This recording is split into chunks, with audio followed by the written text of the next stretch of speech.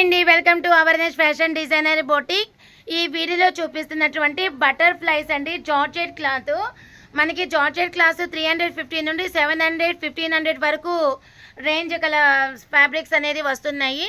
ఈ ఫ్యాబ్రిక్ కనుక మీరు టచ్ చేస్తే దీని యొక్క ఫీలింగ్ అనేది అర్థమవుతుంది.